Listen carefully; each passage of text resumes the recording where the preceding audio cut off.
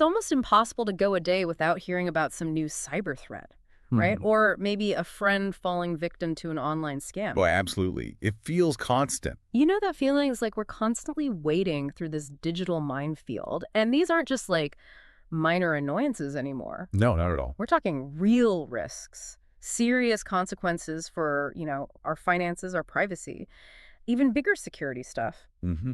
What really strikes me, and honestly does keep me up sometimes, is just how fast these threats change. The defenses we had maybe a year ago, they can feel totally outdated already. Yeah, the digital threat landscape is in constant flux. It Yeah. really is. Attackers are incredibly adaptive. They leverage, well, everything from global events to cutting-edge tech like AI Right. to find and exploit new vulnerabilities. And the numbers really back this up. We're seeing billions, literally billions, in losses every year. The sheer volume of reported incidents is, frankly, staggering. Staggering. It's a huge global challenge, profound economic repercussions that, touch practically everyone. And that's exactly why we wanted to do this deep dive. Forget the scare tactics, right? Yeah. Our goal here is to really equip you with a genuine, sort of nuanced understanding of what's actually happening out there. We've pulled together information from the leading authorities in cybersecurity, CISA, NIST, and NISA, the FBI, the FTC. The big ones. Yeah, the heavy hitters. To really dissect these cyber threats and scams, we want to get beyond just saying be careful and truly illuminate the how. How do these attacks work? And more importantly, give you concrete, actionable strategies to actually bolster your defenses. Precisely. Because in today's environment, just basic awareness, it doesn't really cut it anymore. Yeah. Attackers are just far too sophisticated. Hmm. By grasping the underlying mechanisms, how malware gets a foothold, the subtle tricks in phishing emails, the psychology that social engineers exploit, Psychology, yeah. you can shift from just reacting to threats to actually proactively anticipating and Yeah. maybe neutralizing them. It's that deeper understanding that empowers you to spot those often subtle red flags and build up a much stronger security posture. Okay, let's unpack this then. We're going to start by setting a solid foundation, defining some key terms, introducing the major players in this digital battle. Good place to start. Then we'll dive deep into specific threats like malware and phishing, explore that often overlooked world of social engineering, and expose some of the most common scams going around right now. Crucially, we'll arm you with a practical guide to spotting those telltale red flags and share comprehensive strategies for building your own digital resilience. And finally, we'll touch on some emerging threats shaping the future landscape. Sounds like a plan. So let's begin with the fundamentals. When we talk about a cyber threat, what exactly are we referring to? What's the core idea?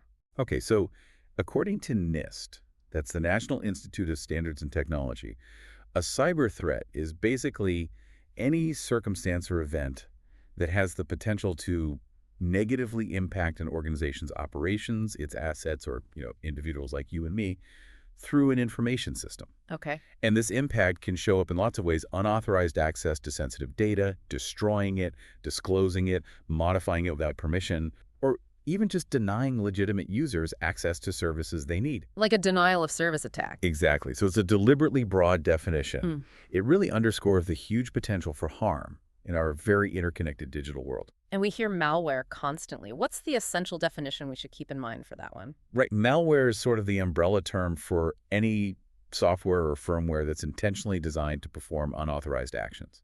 Actions that compromise, the confidentiality, integrity, or availability of a computer system. The key word being intentional. Exactly. That's what distinguishes it from, say, accidental issues caused by software bugs or glitches. And you're probably familiar with the different types: viruses, worms, trojans, ransomware, spyware, adware. They all fall into this malware category. Ransomware seems to dominate the headlines, though. What makes it such a particularly, potent threat? Yeah, ransomware is definitely a very disruptive form of malware. It works by encrypting a victim's files or sometimes even their entire computer system, essentially holding their digital stuff hostage. Right. The attackers then demand a ransom, usually in cryptocurrency because it's harder to trade. Bitcoin, things like that. Yeah, in exchange for the decryption key needed to get access back. What's particularly alarming now is the rise of double extortion. Double extortion. Yeah, where attackers don't just encrypt the data, they also steal sensitive information first and then threaten to leak it publicly if the ransom isn't paid. Wow. So it adds another layer of pressure. A significant layer, yeah. Potential for much more harm. Right, so it's not just about losing access to your own stuff anymore. Your private info could end up out there for everyone. And then there's phishing. That sounds like the digital version of a classic con artist trying to trick you with a convincing story. Precisely. Phishing is a type of social engineering. It uses deceptive communications, mostly email still, but increasingly text messages. Smishing. Right. Smishing, exactly. And voice calls, which is I vishing. get phishing. Okay. These messages are carefully crafted to look like they're from legitimate, trusted sources. The goal is always to trick you into revealing sensitive info, passwords, credit card numbers, that sort of thing, or maybe trick you into downloading and installing malware. Okay, so phishing is a specific tactic, but it falls under the broader category of social engineering. Could you unpack social engineering a bit more? Sure. Social engineering covers a really diverse range of techniques that all exploit human psychology and behavior. They use manipulation, The deception. human element. The human element, absolutely. The objective is to gain unauthorized access to systems or data, extract confidential information, or maybe influence people to take actions that aren't in their best interest or their organization's interest. The key thing to grasp is that social engineering bypasses technical security controls. It focuses on manipulating people rather than just exploiting software flaws. Hacking the person, not the computer. Exactly. It's about understanding what makes us tick and using that against us. And one last definition pair, we often hear data breach and data leak. Are they basically the same thing, or is there a difference? There's a subtle but important difference. ENISA, the EU's cybersecurity agency, makes a good distinction. A data breach usually refers to an intentional cyber attack. A malicious actor gets unauthorized access and steals or releases sensitive data. Think deliberate intrusion. Okay. A data leak, on the other hand, is generally unintentional. It could be a system misconfiguration that accidentally exposes data, maybe a software bug, or just plain human error, like sending an email with sensitive info to the wrong person. Got it. Breach is intentional, leak is accidental. That's really helpful. Okay, so we've got the core terms down. Now, who is actually behind these threats? It's easy to picture, the lone hacker stereotype. The hoodie in the darkroom, yeah. Exactly. But I imagine the reality is much more complex. Oh, absolutely. While, yes, individual actors exist, the threat landscape is really populated by a diverse range of players with different motivations and very different levels of sophistication. Okay. First off, you have cybercriminals, their primary driver. Money, financial gain. Purely profit motivated. Mostly. This group ranges from individuals to highly organized criminal syndicates operating across borders. Yep. They use all sorts of tactics, ransomware, phishing for financial details, various types of online fraud, and the rise of things like ransomware as a service or RAS. RAS. Yeah, malware as a service, MAS. These platforms are really concerning because they dramatically lower the technical barrier to entry.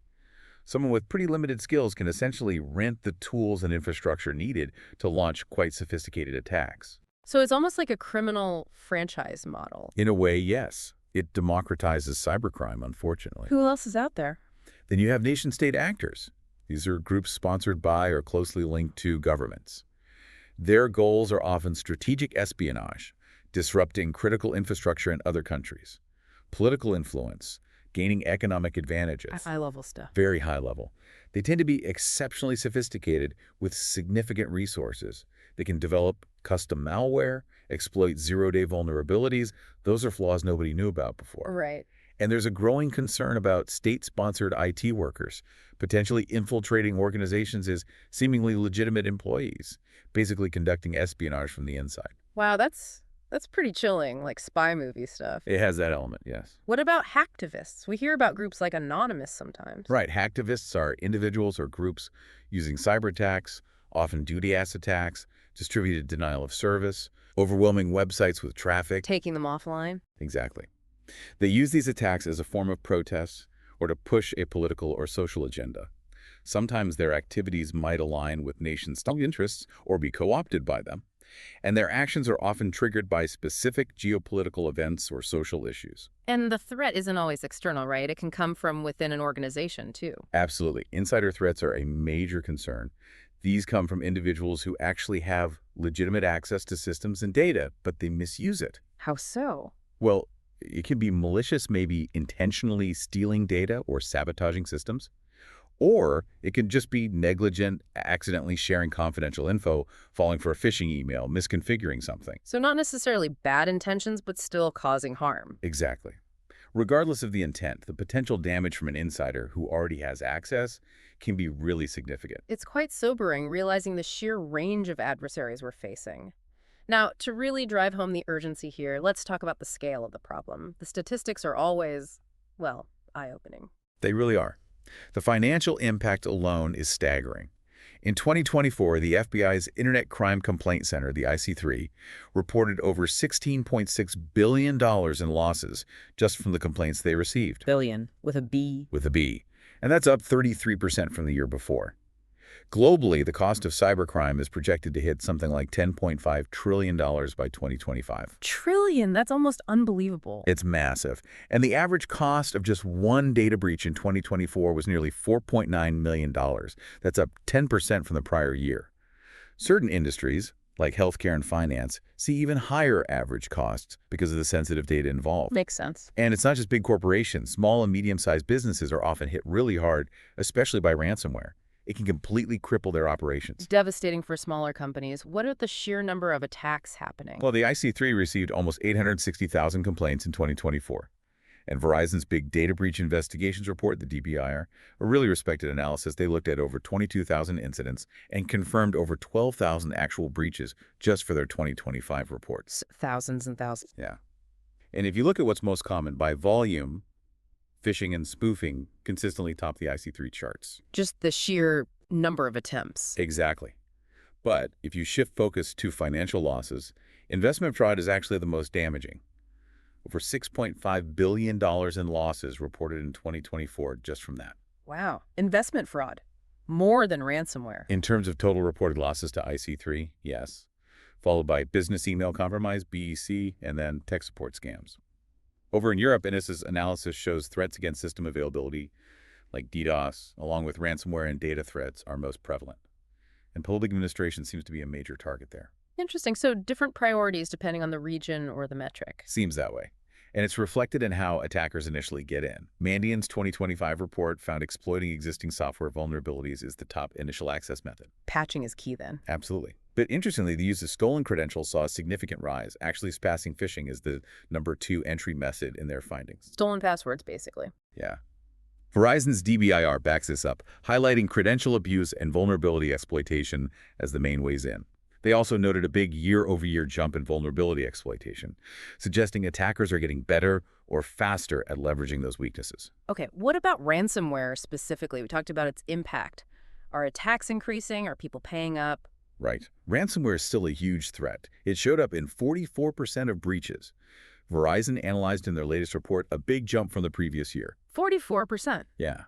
But, somewhat counterintuitively, the total value of ransom payments reported actually went down by about 35% in 2024, according to Chainalysis. Down. Why would that be? Well, it's likely a mix of things. Better defenses, like more robust backups, maybe more victims refusing to pay, realizing there's no guarantee they'll get data back, or it won't be leaked anyway. Or law enforcement actions. And successful law enforcement actions disrupting major ransomware groups, like Lockbit and Black Cat. But even though the total paid went down, the average payment, when one was made, remained substantial, still hundreds of thousands of dollars on average. So fewer victims paying, but the ones who do pay are paying big, maybe targeting larger organizations. That could be part of it, yeah. Targeting organizations perceived as having a greater ability or willingness to pay those large sums. What other key takeaways jump out from all these stats? The human element, it just keeps coming up. Estimates suggest it plays a role in up to maybe even 98% of cyber attacks. 98%. That's almost everything. It really underscores how effective social engineering is. Also, third-party and supply chain risk has doubled. According to Verizon, it now accounts for 30% of breaches. That highlights the danger in our interconnected digital ecosystems. Attacking through vendors and partners. Exactly. And finally, the data consistently shows older adults, say 60 plus, experience the highest financial losses from internet crime, suggesting they might be specifically targeted or perhaps more vulnerable to certain scams. That's really concerning. It's a sobering picture overall. Okay, let's transition into our deep dive on malware. We defined it broadly, but can you give us a closer look at some common types? Sure. Let's start with some classics. Viruses, worms, and Trojans. Traditional viruses, they need a host file to spread. kind of like a biological virus needs a host cell. Okay. They attach to legitimate files, Yeah. and when you run that infected file, the virus activates, does its malicious thing, and tries to replicate by infecting other files. Right. They rely on you, the user, interacting with them to spread. Got it. Needs user action. Worms, on the other hand, are standalone. They don't need a host file.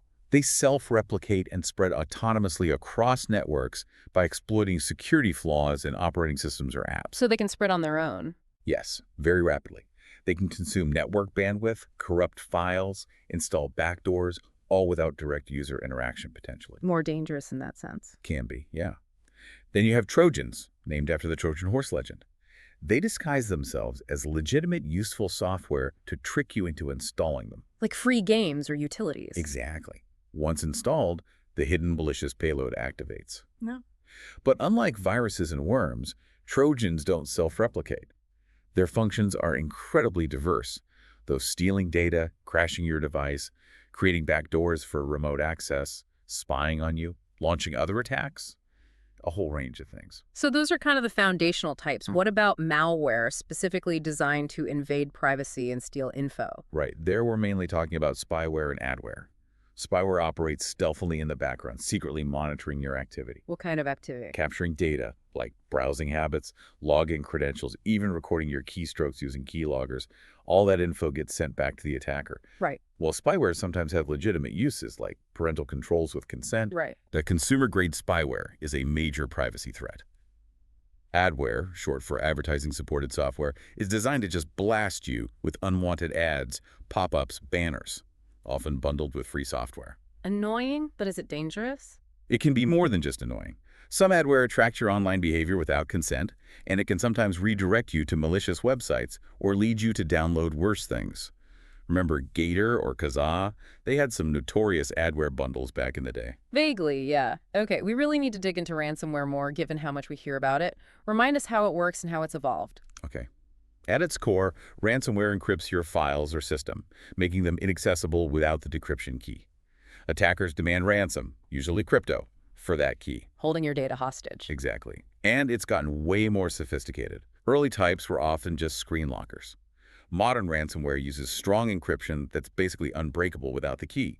And as we mentioned, the big evolution is double extortion encrypting and stealing data, threatening to leak it. Adds that public shaming element. Right. And now we even see triple extortion, adding maybe a DDoS attack or contacting your customers directly about the breach, just piling on the pressure. Wow, they're constantly looking for more leverage. Constantly. Yeah. And a huge development is ransomware as a service, RAISE. Developers create the ransomware and infrastructure, then lease it to affiliates who carry out the attacks. So anyone can become a ransomware attacker. Well, it significantly lowers the barrier. Less technical skill needed. Groups like Medusa RAISE are known for aggressive double extortion using this model. Beyond encryption, you also see scareware fake virus warnings demanding payment for bogus tools and wipers, designed just to destroy data, but sometimes disguised as ransomware. And they try to hide, right? Evasion tactic. Absolutely. Code obfuscation make harder to analyze than living off the land, or LOTL techniques using legitimate system tools like PowerShell or WMI for malicious purposes, so their activity blends in with normal operations. That LOTL sounds really tricky to detect. What about fileless malware? How's that different? Fileless malware is a major challenge. Instead of writing files to your hard drive, it operates directly in your computer's RAM, the volatile memory. So traditional antivirus scans might miss it. Often, yes, because they're looking for malicious files on disk. Fileless malware leverages legitimate system tools and scripts already present on the OS PowerShell, WMI again. It blends in really well. While the concept isn't brand new, modern fileless malware is increasingly sophisticated. Think threats like Frodo or the Dark Avenger from way back, but much more advanced now. Okay. And then botnets. We hear about them launching massive attacks. What exactly is a botnet? Okay, so a bot is just a computer that's been compromised by malware and is now controlled remotely by an attacker, usually without the owner knowing. A zombie computer. Exactly, that's the term. Attackers infect huge numbers of computers and devices to create these vast networks of bots called botnets. This gives them immense collective computing power. What do they use that power for? All sorts of things. Sending massive amounts of spam, launching huge DDoS attacks to overwhelm websites, performing credential stuffing, trying stolen usernames and passwords on many sites, and distributing even more malware. It's like a malicious cloud computing network. How does all this malware actually get onto our devices in the first place? What are the common ways in? Several main routes. Email is still huge, malicious attachments, links to compromised websites that trigger drive-by downloads where malware installs automatically. Without clicking anything specific. Sometimes, yeah. Attackers also compromise legitimate email accounts and send malware to contacts, leveraging that trust. Yeah. Infected USB drives, especially with auto-run enabled, though less common now, can be used, particularly in targeted attacks. Exploiting security vulnerabilities in your OS, browser, or apps is a very common entry point. So keeping software updated is critical. Absolutely. Deceptive pop-ups or ads malvertising can trick you into downloading malware disguised as something else. And sometimes, intentional or unintentional backdoors in software or hardware can be exploited. Man, it feels like it can come from anywhere. Highlights the need for multiple layers of defense. Let's switch gears to phishing. It seems simple, a deceptive email, but it's still so effective, isn't it? It really is. Phishing works because it targets human psychology directly, not just tech flaws. And it's evolved way beyond those old, badly spelled emails. We now see highly targeted, sophisticated campaigns using multiple channels. What are the main delivery methods these days? Email phishing is still the most common. Attackers mimic trusted entities, banks, online services, government, your workplace. They use urgency, fear, curiosity, greed, psychological triggers to get you to act fast without thinking. Like urgent action required, subject lines. Exactly. The emails contain malicious links, fake login pages to steal credentials, sites that download malware or infected attachments. The goal is usually stealing logins, personal info like SSNs, or financial data. And we mentioned smishing and vishing. How common are those now? They're definitely increasing. Smishing is phishing via SM's text message, often impersonating banks, delivery services, government, with malicious links or fake phone numbers. Since we trust texts a lot, it's effective. Fake package delivery notices are a classic example. I think I've seen those. Vishing is voice phishing over the phone. Scammers call, often spoofing the caller ID, impersonating banks, tech support, IRS, law enforcement, using manipulative conversation to get sensitive info or authorize fraudulent transactions. Sometimes they leave urgent voicemails telling you to call their fraudulent number. So they're hitting us via email, text, and phone. What about when they get more specific? Spear phishing and whaling. Right, those are the targeted versions. Yeah. Spear phishing focuses on specific individuals or organizations. Attackers do research social media, company websites to craft personalized messages, referencing your job, projects, interests to build trust. Much more effective than generic blasts. Makes sense. Whaling is spear phishing, aimed specifically at high-profile executives, CEOs, CFOs. Very sophisticated, mimicking legitimate business communications, often urgent requests for wire transfers, paying fake invoices, or sending confidential data, exploits their authority and pressure. The potential for damage there seems enormous. It is significant financial loss or data compromise. It sounds like the more attackers know about us, the better their attacks. Are there even more advanced phishing techniques we should be aware of? Oh yeah, they're always innovating. Farming, or DNS cache poisoning, is nasty. It redirects you to fake sites, even if you type the correct address or use a bookmark. It poisons the DNS records that translate website names to IP addresses. So you land on a fake site without clicking a bad link. Exactly. Clone phishing takes legitimate emails you've received, swaps links attachments with malicious ones, and resends it maybe as an update. Familiarity breeds trust. Clickjacking overlays invisible malicious elements on real web page buttons. You click what looks like a normal button, but trigger a hidden action malware download, redirect. Very. URL hijacking or typo-squatting exploits typos. Attackers register domains like g00geagle.com or amazon.com, mistype, and you land on their fake site. Tab nabbing is a browser trick. A background tab you're not looking at changes its title and icon to mimic, say, your bank login page. You switch back, don't notice the URL change, and enter your credentials. Wow. And now, AI-enhanced phishing. AI crafts super convincing, grammatically perfect, context-aware emails at scale, overcomes language barriers, makes spear phishing personalization much easier and more effective. It really does feel like an arms race. These tactics get subtler and subtler. It highlights how crucial understanding the psychology is, which brings us right to social engineering. It's all about manipulation, isn't it? Exactly. Technical flaws are one way in, but often it's just easier and more effective to exploit human behavior and decision-making.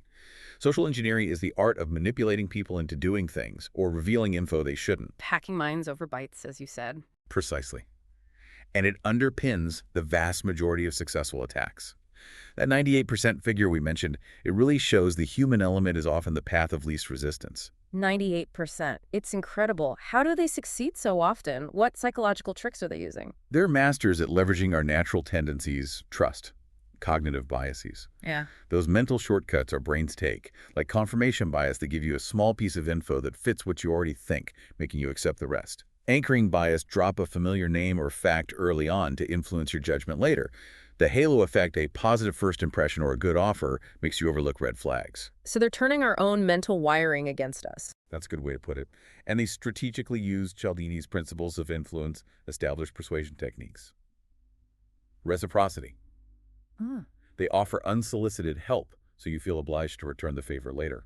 Commitment consistency. Start with small requests you agree to, making it harder to say no to bigger ones later. What's the proof? Everyone else is doing it, so it must be okay. Authority. Impersonating CEOs, IT, police to leverage our tendency to obey authority. Liking. Building rapport, being friendly. Scarcity. Limited time offer, or countdown timers. Unity. Appealing to shared identity, like an affinity fraud targeting specific groups. It's fascinating and really unsettling how these basic human principles get weaponized. It is, and they manipulate emotions too, to bypass rational thought, Yeah. fear, threats of account closure, legal trouble, urgency, pressure to act now, greed, unrealistic prizes, investment returns, curiosity, tempting subject lines, even exploiting our desire to trust or be helpful. It's all calculated manipulation. Why bother finding a complex technical flaw if you can just persuade someone to open the door for you? Makes sense. So what specific tactics do they use to put these principles into action? Lots of them. Pretexting is creating a believable scenario to justify a request, like fake IT support needing your password for a failed update. Okay. Baiting uses a tempting lure, leaving an infected USB drive labeled salaries lying around, or offering free software bundled with malware. Got it. Quid pro quo, something for something, offering a small benefit for info or access. Like fake tech support, fixing a minor issue to get your login. Tailgating or piggybacking is physical, following someone through a secure door, exploiting courtesy. Holding the door open. Exactly. Watering hole attacks compromise legitimate websites frequently visited by a target group, hoping to infect them silently when they browse. Scareware uses those fake virus warnings demanding payment for bogus tools.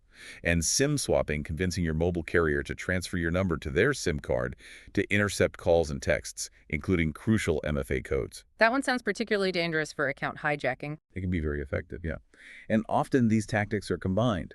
The key is always manipulating human psychology to bypass security controls. Okay, that gives us a really good picture of social engineering.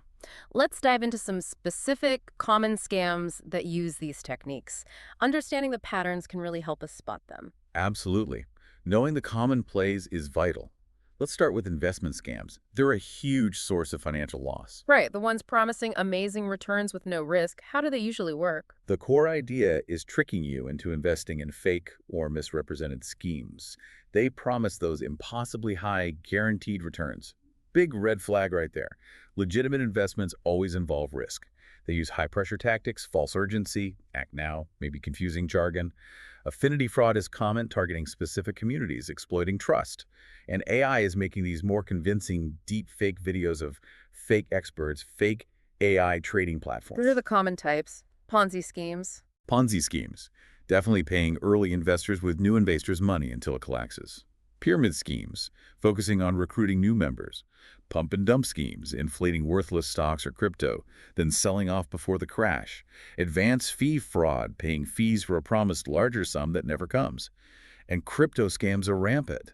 Fake ICOs, fake exchanges, crypto pump and dumps, fake AI trading bots, and that pig butchering we mentioned. Where romance scams lead to fake crypto investment. Exactly. Remember, investment fraud was the top loss category for the IC3 in 2024.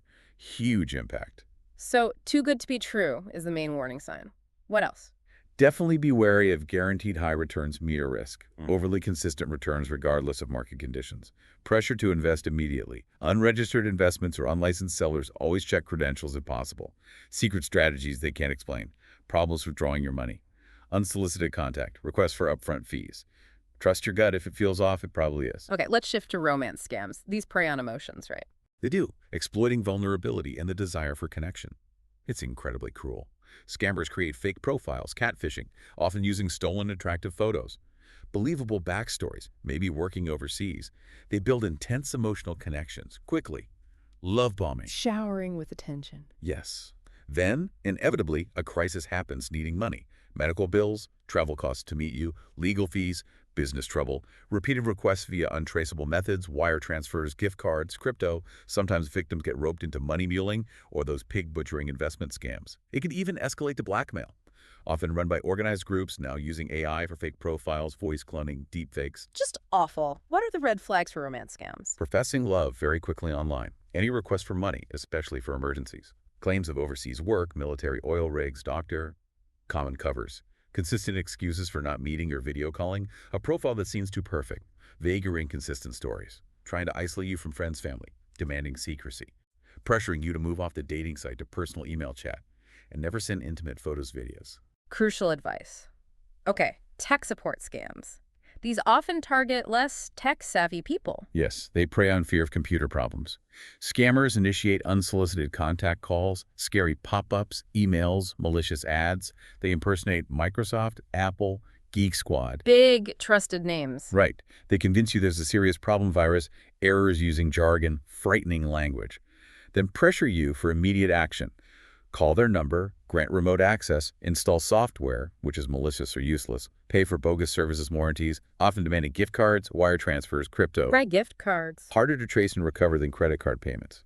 A newer tactic is malicious search ads. You search for tech support, click an ad that looks legit, but shows the scammer's phone number. So unsolicited contact is the big warning sign. Huge one. Unsolicited contact claiming a computer problem. Error messages telling you to call a specific number. Being asked for remote access by someone you didn't call. Pressure to pay immediately, especially with unusual methods like gift cards. Browser locking pop-ups with alarms. Being told to download remote access software. Unsolicited offers of refunds for past tech support. That's another angle they use. Got it. Lastly, impersonation scams. They seem really broad. Very versatile. Scammers pretend to be someone else, authority figures, trusted entities to manipulate you. Government, IRS, SSA, banks, utilities, tech companies, charities, executives in BEC, even family, grandparent scams. How do they make it believable? Spoofing caller ID, email addresses, creating fake websites. They invent a pretext you owe money, your account's hacked, there's a prize, a loved one's in trouble. High pressure, threats, demands for secrecy. They solicit payment, unusual methods again, or sensitive info. What are the really common types? Government impersonation is big IRS demanding taxes. SSA, saying your number is suspended or linked to crime. Business email compromise, BEC, fake executive requests for wire transfers or sensitive data. Charity scams after disasters. Grandparent scams, fake grandchild needing emergency funds. Even obituary scams targeting bereaved families with fake deaths. Truly heartless. What are the universal red flags for impersonation? Unexpected contact from an official source or someone claiming distress. Urgent problems or unexpected prizes needing immediate action. High pressure or demands for secrecy. Threats if you don't comply. Insistence on unusual payment methods, gift cards, crypto, wire transfers, unsolicited requests for personal financial info. Even if it looks official, if the request seems odd, always verify independently. Use a known, trusted contact method, not the one they provide. Independent verification, that seems to be the key takeaway for so many of these. Absolutely critical. Okay, these insights are incredibly valuable. Now that we know what these scams look like, let's focus on what we can actually do. What are the foundational cyber hygiene habits everyone should adopt? That first line of defense. Right. Building resilience is multi-layered, but it starts with strong foundations. First, strong, unique passwords, or even better passphrases. Think length at least 15 characters over just complexity. Uniqueness across all accounts is crucial. Don't reuse passwords. Never. Use a reputable password manager. It generates and stores complex, unique passwords securely. You only need to remember one strong master password. And NIST actually discourages forcing frequent password changes now. Uniqueness and strength are more important. Checking if your passwords are in known breaches is also smart. Okay. Passwords, check. What's next? Multi-factor authentication, MFA. Enable it everywhere you possibly can. Email, banking, social media, work accounts. It adds that crucial extra layer beyond just the password. Something you have, something you are. Like a code from an app or a fingerprint.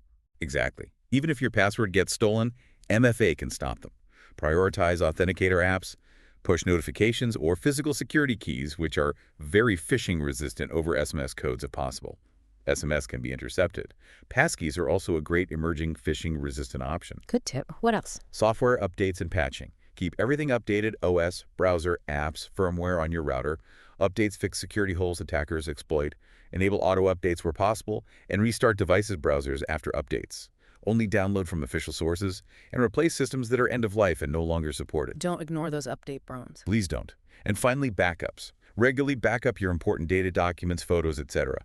Follow the 3-2-1 rule. 3 copies, 2 different media, 1 offsite. 3, 2, 1. Got it. Keep backups offline if possible, and encrypted that protects against ransomware. And critically, test your backups regularly to make sure you can actually restore your data if needed. Testing backups, often overlooked, but vital. Those are great foundational habits. What about our everyday online behavior? Huge impact there. Practice secure browsing. Keep your browser updated. Check for HTTPS and the padlock before entering sensitive info. But remember, that just means the connection is encrypted, not that the site itself is trustworthy. Good point. HTTPS isn't a guarantee of legitimacy. Exactly. Be cautious on public Wi-Fi. Use a VPN if possible. Manage browser settings. Block third-party cookies. Limit permissions.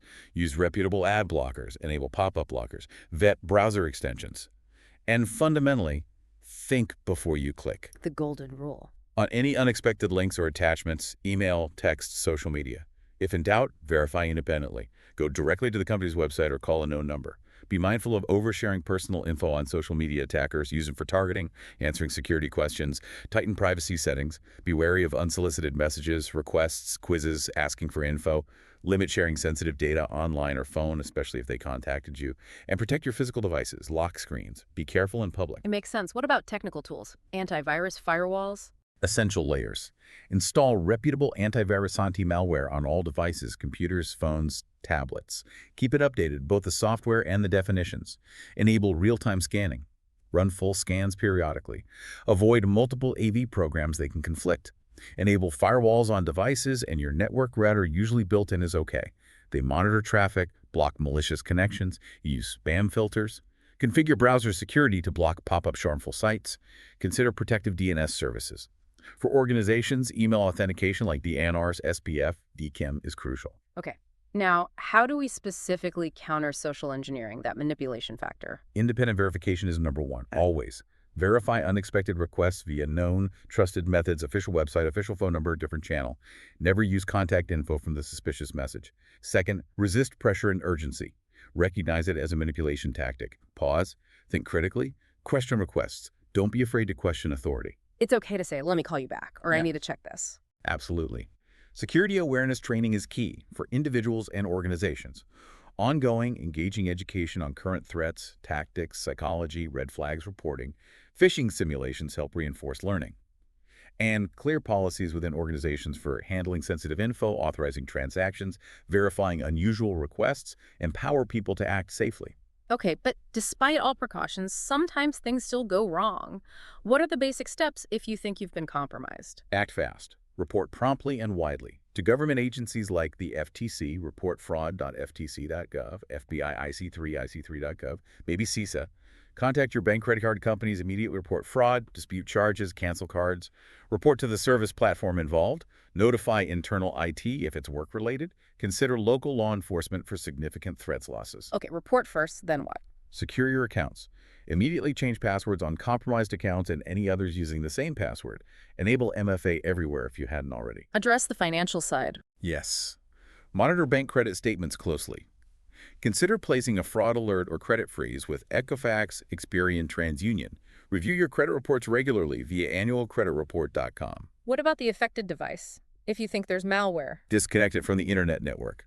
Uninstall suspicious apps. Run a full AV scan. Remove threats. Change device passwords. Consider a factory reset after backing up clean data. Consult a professional if needed. For identity theft, use the FTC's identitytheft.gov for personalized recovery steps. Understand your rights. Monitor your Social Security earnings record. That's a solid incident response checklist. Quick action seems key. Now, this whole landscape is constantly changing. What emerging threats should we be watching? It's incredibly dynamic. Proactive preparation is vital.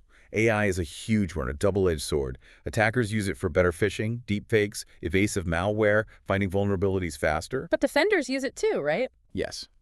AI enhances threat detection, spotting anomalies, automates security tasks, incident response compliance, powers SOR platforms.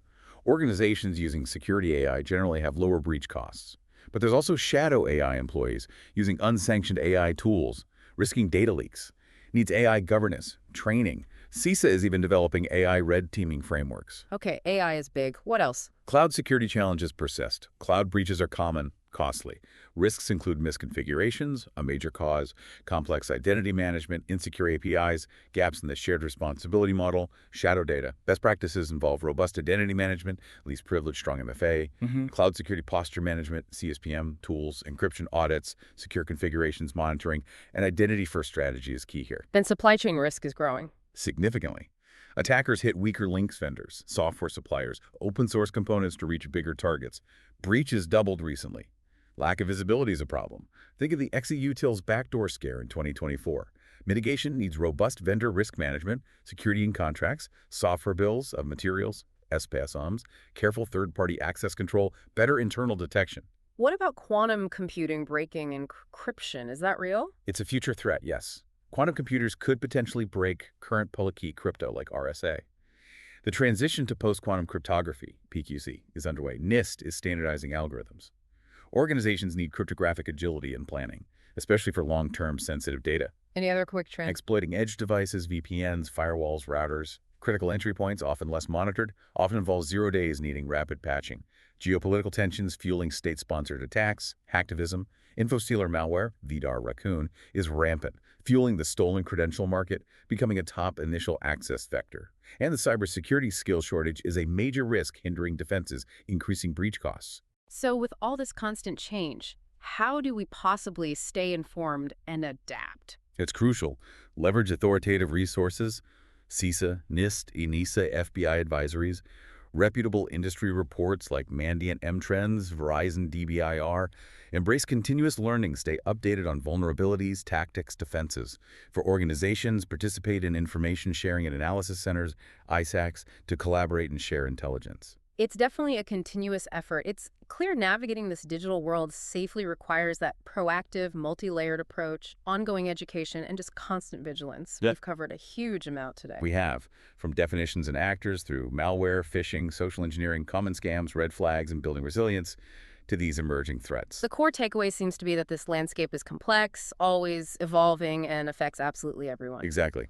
A surface-level understanding just isn't enough anymore. But by really digging into the how behind these threats, learning to spot those red flags, and consistently practicing good cyber hygiene, that's how you empower yourself. It significantly boosts your personal digital resilience. And as we look ahead, it's really fascinating, maybe a bit daunting, to think about how AI will keep reshaping this battlefield for both attackers and defenders. It truly is. It feels like a long-term strategic game now. Our ability to keep learning, adapt our defenses, maybe even leverage AI defensively, that's going to be critical in this ongoing cybersecurity challenge. A perfect thought to end on. Thank you for joining us for this deep dive.